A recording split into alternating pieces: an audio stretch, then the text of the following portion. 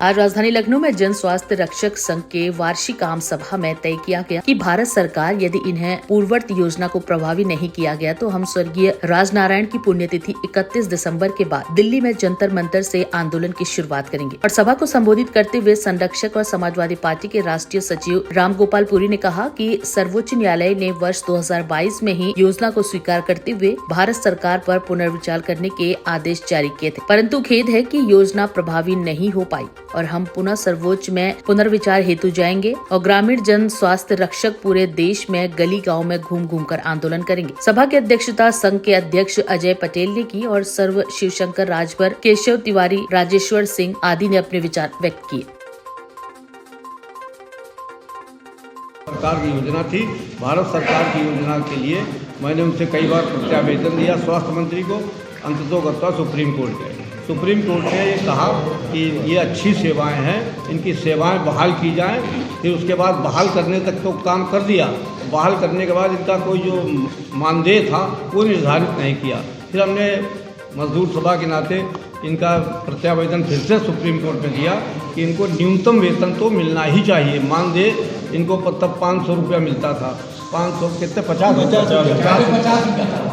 रुपया मिलता था। सरकार ने कहा 500 देंगे। हमने कहा न्यूनतम वेतन से कम किसी को देना ये सामाजिक सुरक्षा के दायरे में भी नहीं और ये अपराध है। तो उसके बाद ऑनरेबल सुप्रीम कोर्ट ने कहा कि नहीं, इनको न्यूनतम वेतन दिया जाए और उनकी सेवाएं बहाल की जाए। अभी की क्या स्थिति मौजूदा समय में? बस अब ला रहा हूँ मैं, वही ला रहा हूँ। पूरा डिटेल पीछे नहीं बताते तो आपकी समझ में नहीं आता। अब उसके बाद जब हम लोगों ने उनको योजना दी, प्रत्यावेदन दिया, सुप्रीम कोर्ट ने कहा कि आप भारत सरकार को प्रत्यावेदन दीजिए।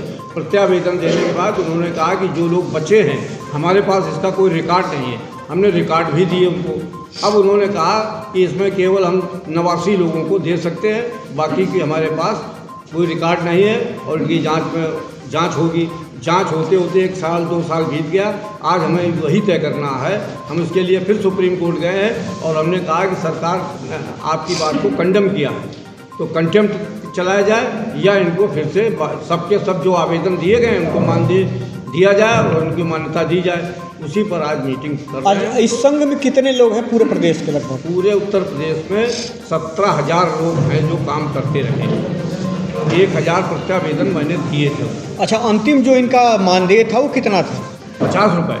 50 रुपये नहीं, उसके बाद आपने कहा कि बढ़ाया गया था।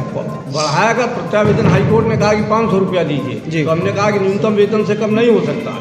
न्यूनतम वेतन से कम देना किसी भी व्यक्ति को जिससे सेवाएं ली जा रही हो वो अपराध है। तो आज आपके माध्यम से यहाँ क्या होने जा रहा है? ये मीटिंग में हम तय करेंगे कि हमारा अगला कदम क्या हो।